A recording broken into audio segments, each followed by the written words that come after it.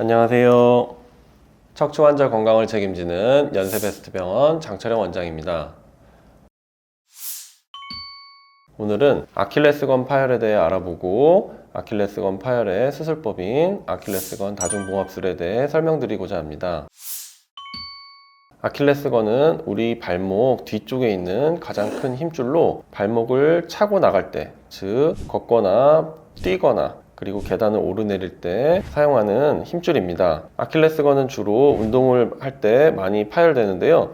주로 축구나 농구, 배드민턴, 테니스 등 과격한 운동을 할 때 발목 뒤쪽에서 뚝 하는 소리나 느낌이 들면서 통증이 있다면 아킬레스건 파열을 의심해야 됩니다. 아킬레스건 파열이 됐을 때 자가 진단할 수 있는 방법이 있는데요. 이 파열된 아킬레스건 부위를 위에서부터 만지고 내려오다 보면 갑자기 움푹 들어간 곳이 생깁니다. 이것이 이제 딤플 사인이라고 해서 웅덩이 같이 움푹 들어간 아킬레스 부분을 확인할 수 있으면 아킬레스건 파열을 의심할 수 있고요. 또 다른 방법은 발에 힘을 빼고 이 종아리 위쪽 부분을 손으로 쥐어짜는 톰슨 압착 검사를 하였을 때 원래는 고무줄 같은 힘줄 역할을 하는 이 힘줄이 연결되어 있으면 자연스럽게 고무줄이 당겨지면서 발목이 아래로 까딱까딱하는 운동이 돼야 되는데요. 중간에 이 고무줄 같은 역할을 하는 힘줄이 끊어져 있으면 이 톰슨 압착 검사로 종아리를 쥐어짜도 발목 아래 부분이 밑으로 까딱까딱 내려가지 않게 됩니다.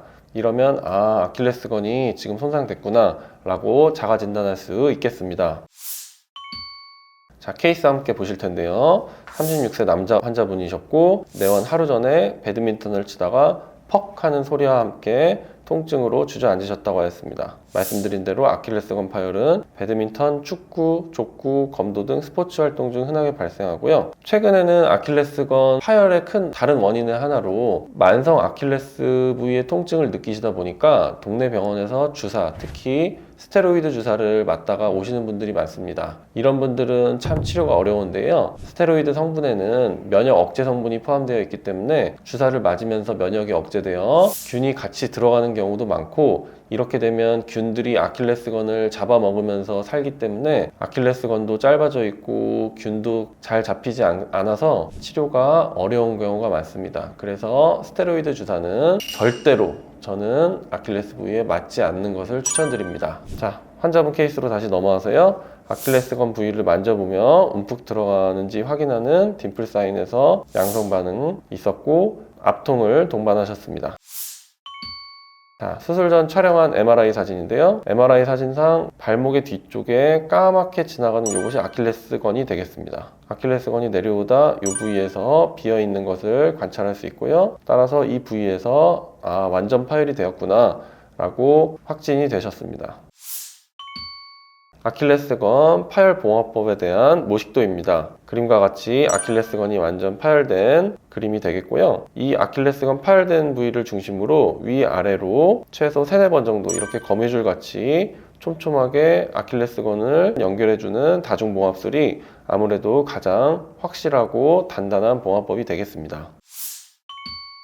자, 실제 수술장에서 본 환자분 아킬레스 사진입니다. 보시다시피 이렇게 포셉으로 잡은 위쪽 아킬레스건 부분이 되겠고요. 여기가 아래쪽 아킬레스건, 중간이 이렇게 텅 비어 있는데요. 그래서 아킬레스건 완전 파열이 되었고 오른쪽에 보시면 다중봉합으로 연결하여 이제는 이 빈 구멍이 안 보일 정도로 잘 연결되어 있는 아킬레스건을 확인하실 수 있습니다. 자, 수술 전 MRI 아까 보신 것 그리고 수술 후 확인차 MRI를 다시 한번 확인하는데요. 수술 전에는 빈 공간이 있지만 수술 후에는 빈 공간이 보이지 않는 정도로 딱 맞게 잘 연결되어 있는 것을 확인하실 수 있습니다.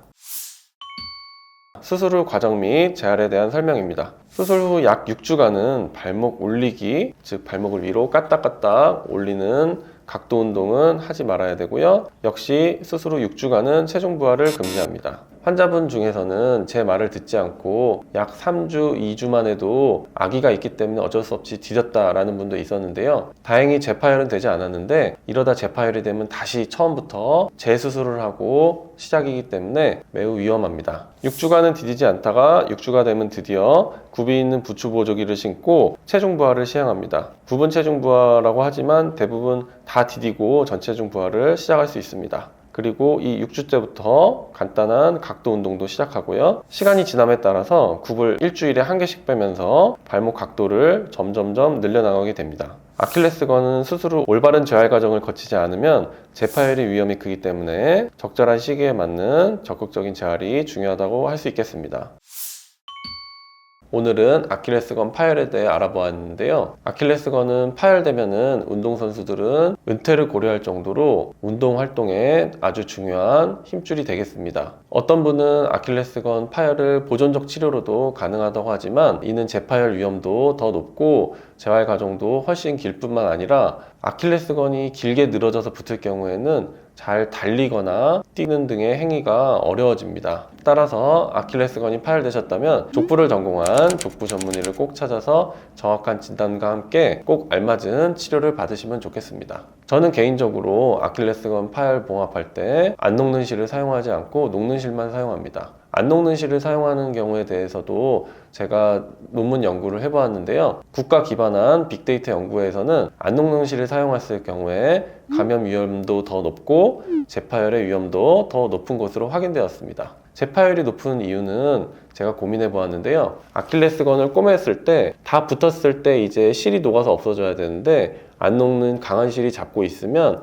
다시 충격이 가해졌을 때 강한 실이 붙잡고 있는 부분은 힘을 버티고 있지만 못 버티는 부분에서 오히려 장력이 많이 발생하기 때문에 재파열이 높은 것으로 의심이 되고 있습니다. 또한 몸에 안 녹는 실이 남으면은 감염 위험도 높아지기 때문에 저는 녹는 실만을 고집하고 있습니다. 아킬레스건 파열은 수술 후에도 재활 과정이 매우 긴 아주 고된 손상입니다. 따라서 꼭 적절히 잘 치료받으시고 운동 복귀 혹은 일상 복귀를 하시기를 바라겠습니다. 이상 관절 고치는 의사 정형외과 전문의 의학박사 장철영 원장이었습니다. 감사합니다.